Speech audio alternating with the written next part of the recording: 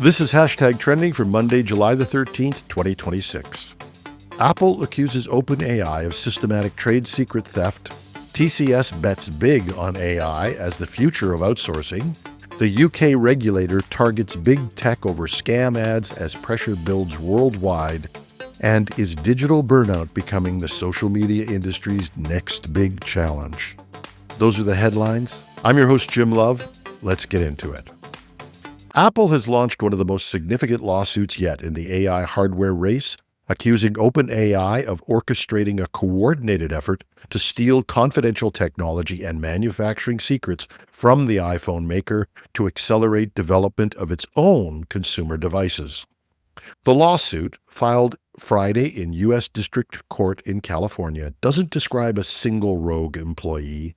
Apple alleges a broader campaign involving former Apple executives, engineers, and OpenAI's hardware division, including I/O Products, the company OpenAI acquired as the foundation for its new hardware ambitions. According to Apple's complaint, former employees were encouraged to bring confidential design documents, engineering presentations, prototypes, and even physical hardware components to OpenAI job interviews. Apple also alleges that OpenAI interviewers used Apple's internal project code names to question candidates about unreleased products and manufacturing processes. One of the central figures in the lawsuit is former Apple engineer Chang Liu. Apple alleges that after joining OpenAI, Liu exploited an authentication flaw that allowed him to continue accessing Apple's internal network after leaving the company. Rather than reporting the vulnerability, Apple claims he downloaded confidential engineering files and even joked in a message that discovering the access was, quote, so funny. Apple says it quickly closed the security hole once it was discovered. The lawsuit also names Tang Tan, Apple's former vice president of product design for the iPhone and Apple Watch, and now OpenAI's chief hardware officer. Apple alleges Tan used confidential Apple information while recruiting employees and even distributed internal Apple departure procedures to help recruits avoid triggering security reviews when they were leaving the company. OpenAI has not yet responded to the allegations in court, and none of Apple's claims have been proven. But the case offers an unusually detailed look at just how fiercely AI companies are competing to build the next generation of hardware. If Apple's allegations are upheld, this case could become one of the defining legal battles over trade secrets in the AI era. One of the world's largest technology consulting companies is making a billion-dollar bet that artificial intelligence won't replace IT services, it will reinvent them.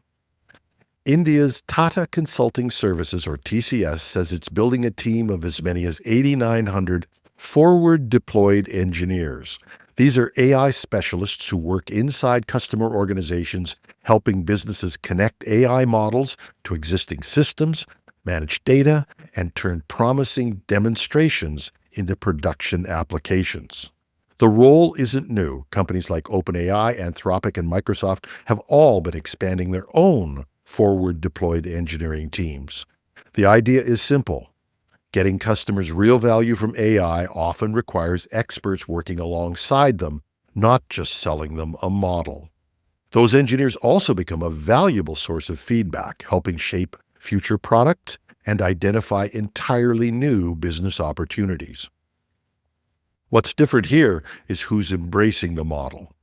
TCS sits at the heart of India's $315 billion outsourcing industry, a sector many investors had worried could be disrupted by AI. But instead of retreating, TCS is making an aggressive move to stay relevant. CEO K. Krithivasan argues that enterprises still need partners who understand their business processes and technology environments. As he put it, this has nothing to do with cost arbitrage. It's essentially because of the talent pool that we have built. The company is also looking for acquisitions in AI, data security, and cybersecurity, while investing about $1 billion a year in AI training and workforce development. The bigger story may be that AI isn't eliminating system integrators, at least in the short run. but it's changing what customers will pay them for. The next generation of IT outsourcing may depend less on providing armies of programmers and more on embedding small teams of AI specialists who can make these powerful new tools deliver measurable business results. Britain is taking one of the boldest steps yet to tackle online fraud by putting responsibility squarely on the platforms that carry and profit from scam advertising. The UK's communications regulator, Ofcom, has proposed new rules under the Online Safety Act. These rules would require major platforms including Facebook, Instagram, X, YouTube, and Google to do much more than simply remove scam ads after they're reported. The proposals would require platforms to verify certain advertisers, prevent repeat scammers from opening new accounts, protect legitimate accounts from being hijacked, and give law enforcement faster ways to report fraudulent advertising. Companies that fail to comply could face fines of up to 10% of their global revenue. The regulator says online scams have become one of the biggest sources of financial crime in Britain, with more than half of UK adults reporting they've seen suspected scam advertising online. For years, governments focused on catching the scammers. Increasingly now, they're turning their attention to the companies that sell the advertising, distribute the content, and profit from it. Britain may be leading that shift today, but it's unlikely to be alone for long. There are legislative proposals in the United States, parliamentary studies in Canada, and growing pressure around the world. The question is no longer whether platforms should share responsibility for online fraud. It's how much responsibility governments are prepared to impose. And speaking of social media, last week I posted something on LinkedIn that struck a nerve. It began with the line, "You can't fix stupid." It ended with the thought, "But you can filter it."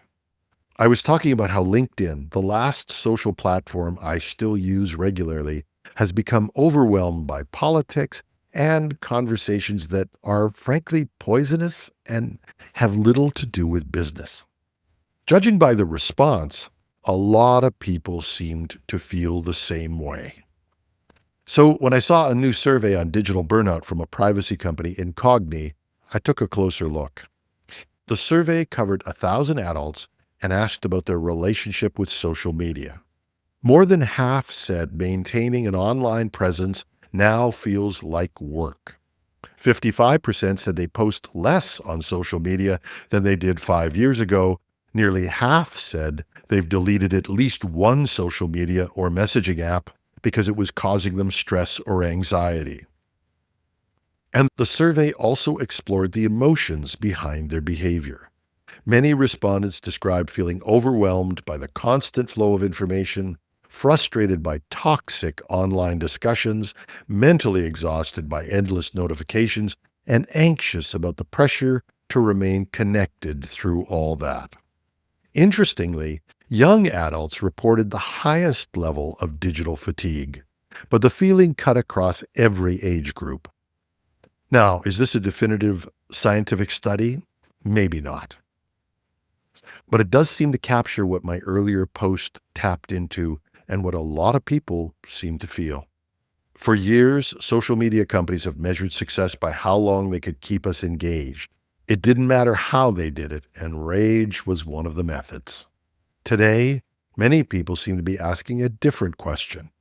How do I reclaim some of my attention? Between the scammers and the screamers, they're thinking, maybe it's time to fix something better. So, no, you can look at this stuff and go, can I fix stupid? The answer is no. But you don't have to look at it. You can filter it. And that's our show. If you like what we're doing, please share the show with others. Give us a like or comment on your favorite podcast app or site. It really does make a difference. We love to hear from you. You can reach me at technewsday.ca or technewsday.com. Just go to the Contact Us page. We're going to be reworking the site and its concept, but it's still there. And if you'd like to support what we're doing, visit the Donate tab and consider contributing the cost of a cup of coffee a month to support the show.